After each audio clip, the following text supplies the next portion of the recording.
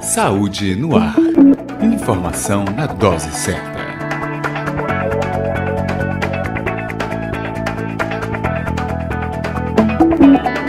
Olá para você que sintoniza o Saúde no Ar, a sua dose diária de informação para uma vida melhor. Para você que está sempre em nossa sintonia, acompanhando a nossa programação.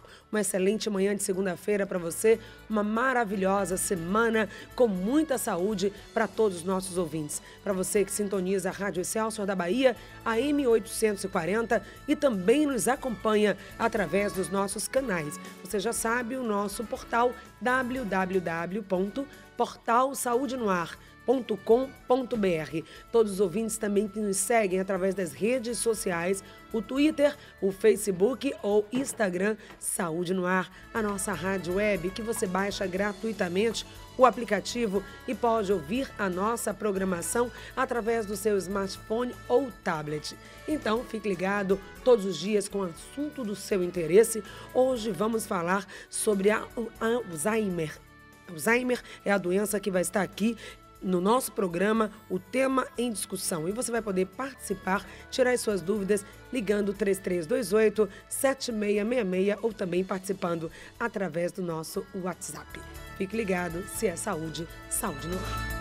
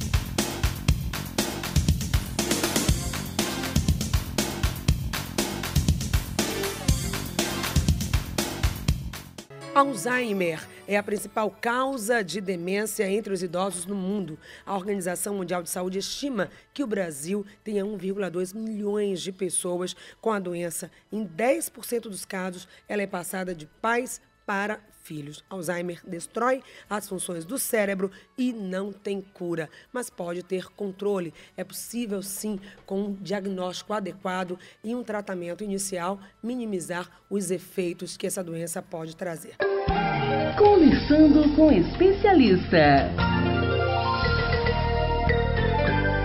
Nós vamos falar sobre esse tema aqui no nosso programa de hoje. São nossos convidados, Dr. Lucas Vieira, médico nuclear, ele que é coordenador do Serviço de Medicina Nuclear do Hospital São Rafael. Também o Vitor Andrade, coordenador do Serviço de Neurofisiologia do Hospital São Rafael. Muito bom dia, ambos. Bom dia, Patrícia, tudo bem? Bom dia, Patrícia. Eu gostaria de agradecer inicialmente pelo convite, né, para falar sobre uma coisa que é tão importante para a nossa população.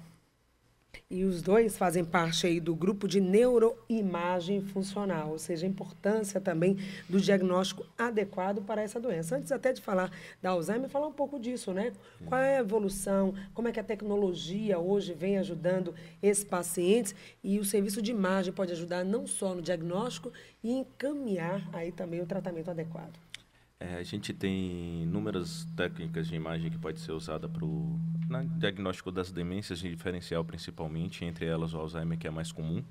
E aí, esse grupo de neuroimagem molecular é a junção do médico nuclear, que é um especialista em imagem, ele vê o exame principal, somente o PET-CT, que é a tomografia por emissão de pósitrons, com o neurologista que entra com toda a avaliação clínica. Então, quando o paciente vem para fazer apenas a imagem, eu posso correlacionar no laudo as áreas que eu vi como alteração com os sintomas específicos através do neurologista. Então, a gente tem um grupo que se reúne uma vez por semana e a gente avalia o paciente, a imagem, toda a clínica, conversa com o médico, o referenciador desse paciente, e a gente tem um diagnóstico mais adequado, né? E até indicações de diferencial se aquela demência parece ser Alzheimer, se não é, ou se é um paciente normal, a gente consegue dar um diagnóstico mais apurado.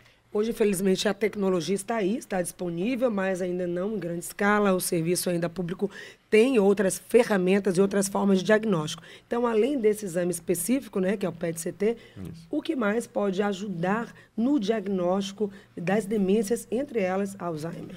Então, o diagnóstico, na verdade, a gente precisa de bússolas, vamos colocar dessa forma. Então, cada um desses exames, junto com a história clínica, junto com o exame físico do paciente, eles vão sendo colocados um após o outro para que nós possamos interpretar isso daí como um todo. Daí vem a ideia do grupo de medicina nuclear se associar ao grupo de neurologia e neurofisiologia, no sentido de ter vários retalhos e a gente tentar tecer essa coxa de retalhos para a gente poder ter um diagnóstico preciso. Basicamente, nós temos os estudos de imagem, como a ressonância nuclear magnética, nós temos os estudos por eletroencefalograma, que são estudos que ainda são muito utilizados em alguns tipos de quadros de esquecimento. Nós temos os estudos genéticos, que apesar de ainda não estarem totalmente disponíveis para o público, ainda seriam utilizados muito do ponto de vista de pesquisa. Quando a gente junta todos esses exames e, óbvio, a história clínica e o exame físico, é que nós vamos conseguir tecer a nossa coxa de retalhos e saber com o que a gente está lidando, se é Alzheimer ou se outras formas de demência. Temos dados, né, que são mais de 15 milhões de pessoas acometidas pelo Alzheimer no mundo. A doença já é a segunda causa de morte em países como os Estados Unidos, né, perdendo para o infarto, e são muitos casos também no Brasil. Apesar, né, desse número, desse quadro, podemos dizer que ainda pode existir um subdiagnóstico, pessoas que têm Alzheimer e que não sabem? Claro que podemos sim. Primeiro, acho que o primeiro passo é entender que o envelhecer normal, ele não traz interferências substanciais nas atividades de vida diárias do indivíduo. Então, a gente tem que diferenciar o que é senescência, que é o envelhecimento natural, que faz com que esses indivíduos eles consigam conviver com as limitações impostas pela idade de forma adequada, e senilidade, que é um envelhecer de forma anormal ou patológico, gerando incapacidade progressiva e, vamos dizer assim, fazendo com que esse indivíduo não consiga ter a vida saudável e ser capaz de exercer suas atividades de vida diárias. 3328-7666 é o nosso telefone, Alzheimer é o nosso assunto, e você pode ligar e esclarecer suas dúvidas. É importante que o ouvinte conheça, né, saiba, apesar da doença já ser muito falada, hoje é um dia mundial e muitas pessoas falam sobre esse assunto, mas ainda tem mitos, verdades, coisas que não estão muito claras com relação à doença. O que a gente pode dizer? O que é efetivo da Alzheimer? Quais são as causas que pode levar à doença? Então, basicamente, se nós formos levar em consideração as demências como um todo, não só a demência de Alzheimer, nós temos um grupo de patologias que são as patologias neurodegenerativas.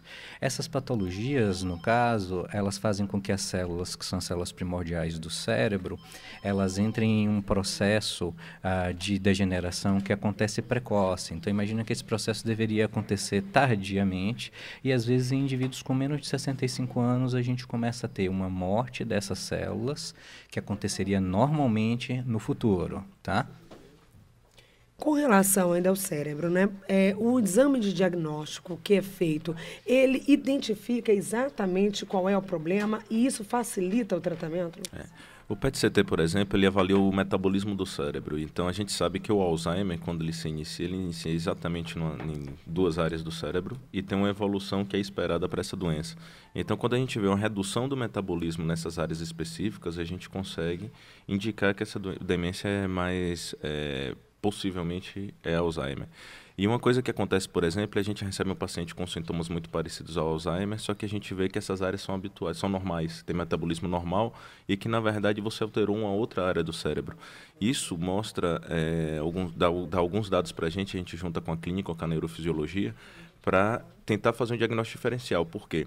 As demências, a gente tem a mais comum, que é o Alzheimer, mas a gente tem outras demências que são tratáveis. E o que a gente mais quer nesse momento é identificar quais são as demências que são tratáveis, de outras causas, e que possa não entrar no estigma do Alzheimer, e por isso a gente perdeu o diagnóstico e o tratamento em si. E entre essas demências que são tratáveis, ou seja, se confunde, se não há o diagnóstico preciso, o que pode acontecer? Ou se trata a doença como Alzheimer, ou ao contrário, a doença é Alzheimer, mas ela não tem um tratamento adequado. É isso que ocorre? Então, 1 de cada 3 indivíduos com declínio cognitivo, com perda de funções cerebrais, ele, na verdade, não vai ter um quadro demencial progressivo ou neurodegenerativo. Esses são indivíduos que, se nós conseguirmos intervir precocemente, nós vamos conseguir deixá-los assintomáticos ou, muitas vezes, com poucos sintomas, evitar a progressão dessa doença. Um exemplo importante é o hipotireoidismo do idoso. Outro exemplo importante são aqueles indivíduos que têm doença cerebrovascular, que a gente pode intervir reduzindo o tabagismo, reduzindo fatores de risco. Os indivíduos que têm deficiência de certas vitaminas, como vitamina B12, ácido fólico, que é a vitamina B7. Os indivíduos que fazem algumas formas de hidrocefalia, aqueles acúmulos de líquido dentro da cabeça, que precocemente, quando tratados, a gente consegue reverter todo o processo. O Carlos Prazer está no bairro da Liberdade. Bom dia, Carlos. Olá, bom dia, sua Patrícia. pergunta. Bom dia, doutor. Saúde no ar leva esclarecimento para o seu lar. Doutor, o Alzheimer é uma doença necessariamente que o idoso vai ter em qualquer época? Existe uma idade mínima para o Alzheimer? Obrigado aí, um abraço. Obrigada. Carlos Prazeres. Então, Carlos, o que acontece é o seguinte: todos nós temos perda neuronal ao longo da vida. Nosso cérebro ele se forma até os 26, 27 anos e daí, progressivamente, a gente vai começando a ter perda dessas células, que são células, na verdade, que não se regeneram. Isso quer dizer que, em algum momento da nossa vida, 100% dos indivíduos eles vão ter um quadro demencial. Para você ter ideia, abaixo dos 64 anos, a gente vai dizer que esses indivíduos teriam Alzheimer precoce. Acima dos 64, teriam um Alzheimer tardio. Mas a média de pessoas acima de 65 anos que têm a doença seria em torno de 7%, ou seja, de cada 100 pessoas que você conhece, 7 que teriam ali a partir de 65 anos, elas teriam um diagnóstico de Alzheimer. Isso muda com a idade. Então, entre os 60 e os 64 anos, a gente teria 0,7% dos indivíduos, quer dizer que são 7 de cada 1.000 pessoas. Quando nós falamos dos 90 aos 95, quase 40% dos indivíduos, ou seja, 4 de cada 10, eles vão ter diagnóstico de doença de Alzheimer. Com esse diagnóstico, o Carlos pergunta, né, em que idade vai ter Alzheimer? Agora é possível prevenir, fazer até um exame precoce e saber a pessoa que está aos 30 anos, 40, 50 anos, se vai ter essa doença? Na verdade, não existe um exame tão precoce, né? Sim. O biomarcador mais precoce, um dos que a gente tem disponível hoje, é o PET-CT, que fora do Brasil a gente tem um traçador que é um marcador de beta-amiloide, que a gente ainda não tem disponível no Brasil. E ele mostra já a deposição desse material nos neurônios e que é muito indicativo que vai ter uma progressão para a doença de Alzheimer. E é o PET-CT com análogo da glicose, que é essa metabolismo de glicose, a gente consegue saber também precocemente. Só que é muito difícil a gente fazer uma imagem enquanto o paciente ainda não tem absolutamente nenhum sintoma, porque ainda não existe uma doença clínica que a gente vá tratar. Então, a gente não tem dados que provem que vale a pena tratar essa doença precocemente. O que a gente tem como prevenção são aquelas coisas mais gerais. Então, a gente tem os bons hábitos de vida, como a prática de atividades físicas, principalmente aquelas mais funcionais, como caminhada, as que melhoram a atividade do coração, porque a alimentação saudável, com a redução de gorduras e esse tipo de coisa, porque uma das causas de demência também são as demências vasculares. Então, tudo que também atacaria o coração pode atacar os vasos do cérebro, e isso levaria também a uma demência, que é uma demência diferencial de Alzheimer, né? E uma coisa que a gente pode enxergar, por exemplo, a gente pode ter a demência de Alzheimer na evolução e ter uma outra demência, como a demência vascular, também evoluindo junto. Isso daí vai diminuir a capacidade cognitiva desse paciente. Então, não é como um tratamento precoce, é mais uma prevenção com os bons hábitos de vida que a gente tem para demências em geral. Aí tem a pergunta daquele, doutor. Eu queria Quer complementar complementar, um Vitor? pouquinho do que o Lucas estava falando. Assim, na verdade, para colocar de maneira bem fácil, imagine que é muito fácil nós sabermos qual é o indivíduo que tem uma memória muito boa. E é muito fácil nós sabermos qual é o indivíduo que está com a memória extremamente prejudicada. A questão é aquela linha de transição entre estar com uma boa memória e estar com uma memória ruim, que a gente vai chamar aí agora de zona cinzenta. Essas zonas cinzentas são aqueles indivíduos que eles se queixam de esquecimento, ou que os familiares eles referem que o indivíduo está tendo esquecimento, mas que não tem um prejuízo nas atividades de vida dessa pessoa. Quando eu falo prejuízo nas atividades de vida, a gente costuma fazer umas perguntas, que é, ele é capaz de fazer compras sozinho? Ele é capaz de preparar seus próprios alimentos? Ele é capaz de guardar informações do cotidiano, dirigir, lembrar de tomar os seus medicamentos? Uma parte desses indivíduos vai ter a queixa de declínio de memória, mas eles vão ter a qualidade de vida, as atividades de vida completamente preservadas. Isso é o que a gente chama de comprometimento cognitivo leve. 11% dos pacientes com comprometimento cognitivo leve, eles podem progredir para a doença de Alzheimer. E aí é que entra o papel do PET-CT, no sentido da gente tentar diferenciar quem tem comprometimento cognitivo leve e tem um cérebro que está plenamente funcional, e quem tem comprometimento cognitivo leve e tem um cérebro que já mostra sinais de que o metabolismo ele não vem bem. Então, a importância desse exame que vai mapear e vai dar ali a noção para o profissional que vai estar cuidando do que, de fato, ele pode fazer, que intervenção é a melhor para aquele paciente. Algumas perguntas que chegam também pelo WhatsApp, vamos responder a todas, fiquem tranquilas, muitas perguntas interessantes, mas antes tem um ouvinte na linha, a Vera, lá de Ondina. Oi, Vera, bom dia. Sua pergunta? Bom dia, Patrícia. Eu gostaria de saber, Sim, do doutor, se tem alguma influência a alimentação será que sobre tem? essa doença. Vamos saber. Eu acrescento aí a pergunta da Vera. Muito obrigada, Vera, pela sua pergunta. O Carlos Prazeres também perguntou o álcool, se vai ter algum efeito para as demências, entre elas Alzheimer. Então, nós temos uma demência, que é uma demência bem específica, que é a demência pelo alcoolismo. Da mesma forma que no Alzheimer nós temos uma perda de neurônios, que são essas células do sistema nervoso, o indivíduo que é alcoólatra ou que bebe muito, ele tem um aumento do risco cardiovascular, então ele vai acabar tendo uma possibilidade maior de ter os derrames e as demências que são demências vasculares, mas ao mesmo tempo ele vai ter uma intoxicação tão importante pelo álcool em células que são tão preciosas que ele acaba tendo uma perda dos neurônios em um quadro que a gente chama de demência alcoólica. A outra pergunta qual foi? Também com relação à A alimentação, né?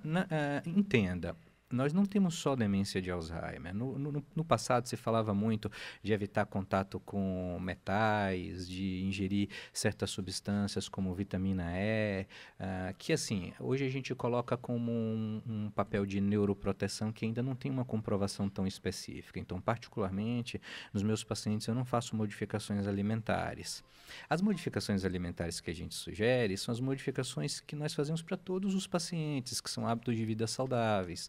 Evitar sal demais na alimentação, ingerir frutas e verduras, tentar reduzir o colesterol, tentar reduzir o triglicérides, ou seja, ter uma alimentação que seja uma alimentação saudável, como o Lucas estava falando agora há pouco. Algumas perguntas pelo WhatsApp, vamos respondê-las, né? A Damiana, ela gostaria de saber, em média, quanto vive uma pessoa com Alzheimer? Tem a média de vida? Então, o que nós temos é assim, o Alzheimer ele é uma doença lentamente progressiva. Então, nós temos indivíduos com 5, 6, 7 anos de diagnóstico. Aqueles casos em que, na verdade, essa longevidade ela é muito reduzida, eles vão estar vinculados com outros processos de demência. Então, nós temos demências que têm um prognóstico um pouco mais sombrio quanto a tempo de vida. Tá? Por exemplo, a degeneração córtico-basal ganglionar, que é uma doença que se fala muito pouco e que também é um quadro demencial, nós vamos ter aí uma sobrevida de 3 anos, 2 anos, e esses são indivíduos que precocemente vão ter dificuldades alimentares, ou que precocemente vão ter risco de broncoaspiração, que é acabar mandando alimentos para dentro da árvore brônquica ou da parte respiratória. A pergunta da Maria: minha mãe tem diabetes e pergunta várias vezes a mesma coisa, mas ela lembra de todos e de tudo. Isso pode ser um sintoma de Alzheimer? Pergunta várias vezes a mesma coisa. Então, a gente pode ter a associação da demência vascular, que aí o diabetes ele tem um papel importante na demência vascular, que seria a possibilidade de ter vários derrames ou pequenos microinfartos aí, que prejudiquem a memória dela. Mas, da mesma forma, a gente pode ter um Alzheimer associado. Esses padrões nós vamos chamar de demências mistas. Vamos pensar assim: tem uma área do nosso cérebro que ela transforma a memória de curto prazo em longo prazo. Que o Alzheimer ele começa inicialmente destruindo essa região, que se chama hipocampo, pelo desenho se parecer com um cavalo marinho. Então eu acabo não transformando a memória de curto prazo em longo prazo e esqueço tudo o que acabou de acontecer. Mas a minha memória autobiográfica ela está em outro lugar. Com a progressão da doença, nós acabamos destruindo essa outra região, que chama lobo frontal. Isso faz com que, além da memória recente, nós vamos acabar perdendo também nossa memória autobiográfica. Daí são aqueles indivíduos que acabam esquecendo o nome dos filhos, ou muitas vezes, vamos colocar, retroagindo no tempo. É aquele indivíduo que, se você faz alguma pergunta, ele ainda acha que a esposa, que já faleceu há muitos anos, ainda está viva, ou fala de amigos da infância como se eles ainda estivessem vivos, porque na verdade a memória dele retrocedeu a um período mais precoce. Tem uma pergunta também que chega pelo WhatsApp, é do Renato, lá de Salbara, do município de Salbara, e ele pergunta o seguinte: Alzheimer é uma doença mental ou um transtorno mental? Então, Alzheimer é uma doença neurodegenerativa. Assim, eu não gosto muito do termo doença mental ou transtorno mental, assim, porque toda vez que a gente fala disso, a gente está falando de manifestações que são manifestações também comportamentais. E isso gera, talvez, aí um estigma da doença. O paciente com Alzheimer pode ou não apresentar manifestações psiquiátricas, como agitação, como agressividade, e não dormir durante a noite. Mas assim, é muito fácil de nós manejarmos os sintomas psiquiátricos no paciente que tem demência tipo Alzheimer. Agora, Lucas, tem uma pergunta também da ouvinte, do bairro da Liberdade. Ela diz o seguinte: ela não quis se identificar, tem as iniciais IVF. Ela diz que uma pessoa tem a doença, ela toma conta de uma pessoa que tem Alzheimer, mas a família tem uma resistência, não quer admitir que não tem a doença, que é para cuidar dela e pronto. Isso acaba atrapalhando também um pouco? Acaba. Na verdade, a partir do momento que o paciente tem uma doença de Alzheimer ou outro tipo de demência, ele precisa muito do apoio da família, né? Não que essa família não esteja apoiando o paciente, mas você entender qual é o curso da doença e se tiver realmente o diagnóstico fechado, entender o que é que você vai ter de dificuldades no futuro e como que a gente pode manejar esse paciente de uma forma mais adequada com a orientação do médico, é muito importante. Então vale realmente a pena, talvez pedir até segundas opiniões, assim, procurar outros médicos, conversar e ter a certeza do diagnóstico. Tendo a certeza do diagnóstico, entender o que é que aquele diagnóstico vai fazer com o familiar e seguir com o tratamento. Se uma pessoa tem diagnóstico de Alzheimer, é o que pergunta também a Maria, significa que os filhos dela, netos, também poderão ter? Na verdade, não. Pode ser que tenha, pode ser que não tenha, mas não é absolutamente determinado que esses filhos vão ter essa doença de Alzheimer. Existe um caso muito raro, que é, na verdade, uma pequena porcentagem, que foi até muito bem descrita num filme muito recente que ganhou o Oscar, que é Para Sempre Alice, e que mostra uma demência de Alzheimer muito precoce e que tem um cunho familiar. Então, a gente tem já os testes genéticos que podem ser feitos em torno disso. Só que não é o caso mais comum, o curso mais comum da doença, que a gente vê, na verdade, numa idade mais avançada e que a história familiar tem um certo peso, mas não é determinante de você, como filhos, ter. Como também pessoas que não têm história na família de doença de Alzheimer podem evoluir com a doença de Alzheimer, que a gente chama da forma idiopática. Então, assim, aquele dali foi o primeiro na família que apresentou doença de Alzheimer, mesmo que ninguém na família nunca tivesse tido nenhum dos dois lados. 3328-7666, o Saúde no Ar vai para um pequeno intervalo, daqui a pouquinho nós estaremos de volta. Para você que está em nossa sintonia, fique ligado. Outras perguntas também chegando através do nosso WhatsApp. Voltamos já com mais informações. Saúde no Ar. Informação na dose certa.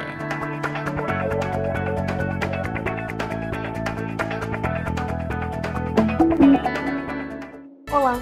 A Através deste canal, eu apresento para você uma solução diversificada e integrada de comunicação para a área da saúde. O projeto Saúde no Ar reúne em uma só proposta 7 soluções para que você possa divulgar as suas ideias e serviços. São 7 interfaces, um portal segmentado para a área da saúde, com colunas exclusivas e informações variadas sobre o universo da saúde. Neste portal, abrimos um link para rádio e TV web. Conteúdo exclusivo e original, com uma programação atraente e interativa. Conteúdos selecionados sobre saúde. Com a nossa equipe, você também pode ter uma TV ou rádio exclusiva. Produzida em formato de mídia indoor, exibidas através de um circuito interno, áudio e visual, mantendo um canal direto de comunicação com o seu cliente. A sua sala de espera pode ficar bem mais atraente e informativa.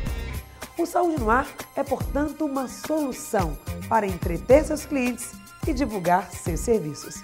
Levamos sua marca para um canal aberto, um programa de rádio e uma emissora comercial e com grande alcance. Olá para você que sintoniza o Saúde no Ar, a sua dose diária de informação para uma vida melhor. Eu sou Patrícia Tosta, a partir de agora estamos juntos trazendo informações, orientações, dicas para que você possa cuidar melhor do seu maior patrimônio, a sua saúde. O seu produto chegando a um público não imaginado. Atraído por uma comunicação simples, clara e impactante. Mídias digitais indoor, com uma programação desenvolvida por profissionais treinados para melhor te servir. Através destes canais, divulgamos informações atualizadas e relevantes na área da saúde e apresentamos a sua marca em um contexto de promoção da saúde e busca da qualidade de vida. Informação, utilidade pública, com divulgação de uma agenda positiva da saúde. Esse é o nosso diferencial, já que entendemos que saúde não é só ausência de doença, mas um estado completo de bem-estar físico, mental e espiritual. Conheça o nosso projeto e nos permita mostrar o que de melhor você tem a oferecer. Acesse o nosso site www.portalsaudenoar.com.br ou mande um e-mail para produção@portalsaudenoar.com.br. Siga também as nossas redes sociais. A solução que você buscava para uma comunicação efetiva da sua empresa, entidade ou serviço. Não esqueça, se é saúde, saúde no ar. Saúde no ar. Informação na dose certa.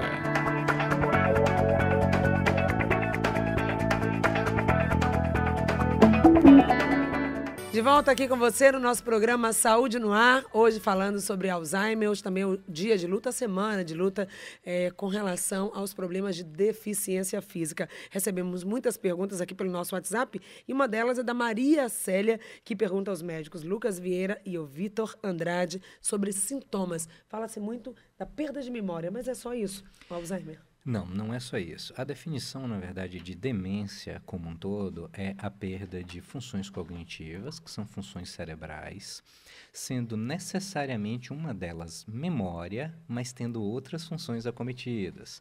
Então, assim, esse é o indivíduo que pode ter dificuldade de reconhecimento de objetos ou reconhecimento de pessoas. Esse é o indivíduo que é a paciente que sempre costurou, mas que não está conseguindo mais costurar, que nós vamos chamar de apraxias, né? Você pede a ela para fazer um ato motor e ela não consegue fazer. É o indivíduo que tem dificuldade de reconhecimento de objetos, ou de cálculo, ou de nomeação de dedos, né? Ou de dificuldade de direita e esquerda. Para isso, um dos instrumentos que nós usamos no consultório são os testes para declínio cognitivo. Dentre eles, o mais usado é o mini exame do estado mental. São poucas perguntas ali, com um total de 30 pontos. E todo indivíduo que tiver uma redução dessa pontuação, a gente vai poder dizer, olha, esse é o indivíduo que a gente deve investigar de uma forma mais completa, ou esse é o indivíduo que a gente só vai acompanhar no consultório a cada 6 meses, repetindo o mini exame do estado mental. Então, o mini exame do estado mental, ele acaba sendo um pouco aquela linha que vai diferenciar para a gente, olha, esse é o indivíduo que a gente está acreditando que tem um déficit, que é um déficit cognitivo importante, tanto de memória quanto de outras funções, e esse é um indivíduo que, olha, a memória está boa, vamos procurar outras causas. E daí, dentre outras causas, a gente tem os transtornos do sono, a gente tem os déficits de atenção, etc. Lucas, já quase nas considerações finais aqui do nosso programa, né? Como é que a medicina nuclear e esses exames de imagem pode ajudar, contribui hoje para o diagnóstico e tratamento de doenças como Alzheimer? O que é que a gente tem de perspectiva positiva nesse campo?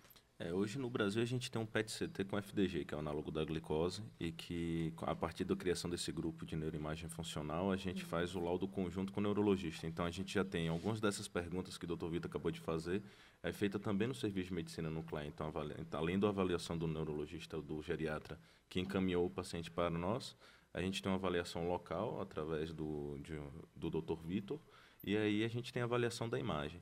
O PET-CT ele vai mostrar áreas específicas e diferenciar se aquilo pode ser Alzheimer, não é nada, ou pode não ser Alzheimer, e a gente vai conseguir manejar melhor esse paciente. A gente vai dar mais informações para o médico naquela coxa de retalhos. A gente está juntando várias peças e vai dar uma informação muito interessante para o médico acompanhar esse paciente. Fora do Brasil, a gente já tem outros traçadores também, muito específicos para Alzheimer, que ele realmente diferenciaria. Assim, Alzheimer não é Alzheimer, que é esses traçadores de beta-amiloide. Mas a gente ainda não tem uma previsão de receber esses exames aqui. Até lá fora do Brasil ainda não são muito comuns. Uhum. A célula, né, o neurônio não tem recuperação. Perdeu essa conexão, aí vem o comprometimento. Mas existe algo que possa fazer? Já falamos aqui de alimentação, atividade física, fala-se da ginástica cerebral. Tudo isso pode ajudar ou não? São mitos. Então, nós temos tratamentos que nós podemos utilizar nos pacientes com Alzheimer. Esses medicamentos, na verdade, eles não agem para curar a doença. Uhum. Eles agem, na verdade, para desacelerar a progressão da doença e dar qualidade de vida por mais anos àquele paciente. Quanto à ginástica cerebral, o que nós sabemos é manter o cérebro desses indivíduos ativo não muda a progressão da doença, mas o que faz é com que a gente consiga perceber menos ela. Então, é muito frequente o indivíduo que está trabalhando e que se mantém no trabalho, ele persistir com uma memória melhor, não porque a doença dele está diferente, mas porque o cérebro dele está mais ativo e nós conseguimos perceber menos o déficit.